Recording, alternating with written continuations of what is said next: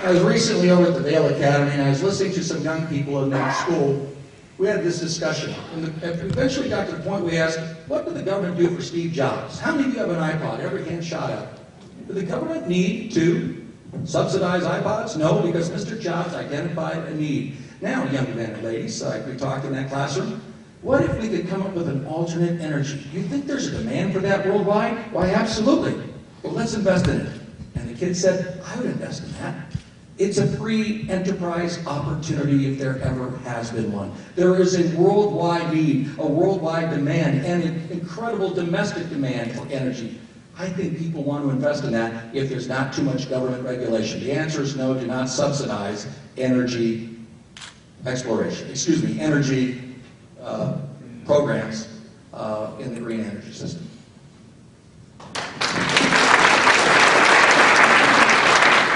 The answer is absolutely not. We have got to have a free market economy that encourages innovation, it encourages competition, it encourages coming up with new ideas in order to bring prices down so that those technologies maybe will be available someday and not be cost prohibitive. As long as they're cost prohibitive, then they're just taking our hard-earned money, we pay it on our taxes, it goes to the government, and then it's going back, which is not now any sort of incentive to innovate. So we have got to keep the subsidies out and let the free market and the private economy and the entrepreneurial spirit try and continue to develop those technologies as we've done in so many other things in the past. And maybe someday it won't be cost prohibitive, and maybe someday they'll be able to be used without any government subsidies, but not right now. And Denise, you've been doing such a great job. We're going to be able to get a bonus question in here about the economy. And we're going back to jobs. Unemployment, creating good American jobs, is one of America's greatest challenges today. Unemployment rates for 18 to 24-year-olds and for blacks and Latino kids are at least twice the overall unemployment rate. What hope would your election to Congress mean for the creation of good Arizona jobs for young adults here in the district in southern Arizona? We in southern Arizona have the potential to generate an economy down here if we get the anti-growth lobby out of the way. There are people that just don't want progress here. They come up with every single excuse you can think of to stop it. You've got to get somebody up there that finds that balance from protecting the environment, creating jobs and everything, and you got to do it in a common sense way. We did that here in Arizona last year, the Arizona Job Competitiveness Package.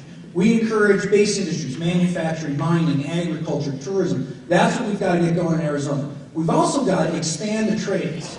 You know, a good friend of mine has a son that went and got an automotive technician certification. He started out making $40,000 a year after 1 year of automotive technician school. Didn't go to college, and he's generating wealth for his family. You've got to get into the mindset that skilled trades, skilled labor, and not just college is the way to go. We have to encourage kids to look at every opportunity, and to get those skilled jobs here, you have to have manufacturing. And that's what we have to encourage. And you do that by lowering the taxes and incentivizing research and development by taking away the taxes on R&D. That's how you do it. Thank you, Dave. In southern Arizona, we've got great opportunities. We know that. There's some bustling new ones like biotech, you've heard that, and also geotourism. We need to exploit each and every one of them. And the way to offer hope right now is a better education system.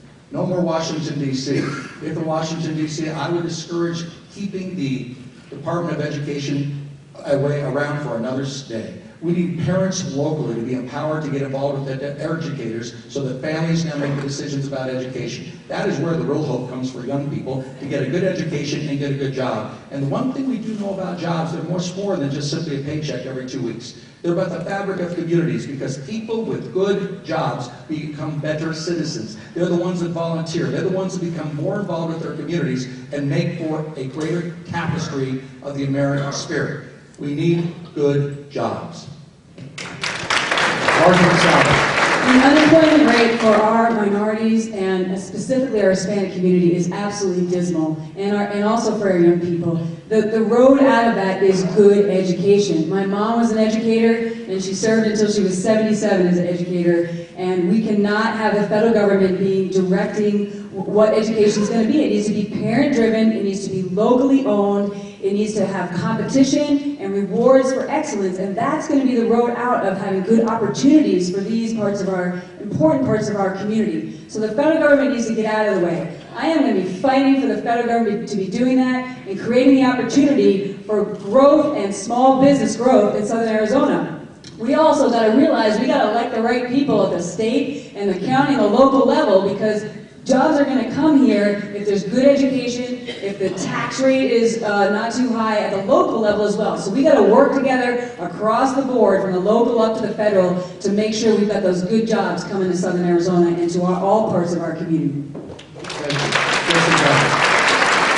Well, in the same way that wealth trickles down, so does poverty. And what we have now, I have a former executive I know at a housing company that you would all know delivered me a pizza from Domino's not too far back. The reason we have 50% unemployment amongst our young people in this nation is because people right now are forced to take jobs that they are overqualified for. This was a gentleman clearly overqualified to be delivering me a pepperoni lover's pizza. The problem is we have an administration and a government that is openly hostile to business. For the first time in history, our president is campaigning on raising taxes on small businesses.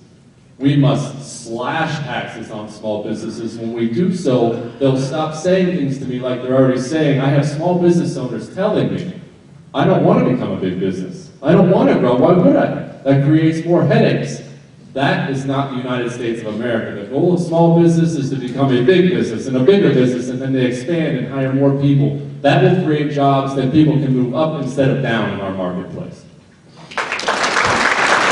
All right, that's going to be the end of the first segment. Got a lot of information, a lot of great questions there. We're going to continue in just 3 minutes with questions on energy, oil, gasoline, you name it, border security, national security. So don't go anywhere. This is the final CDA debate live on KNST AM 790 and on 97.1 FM.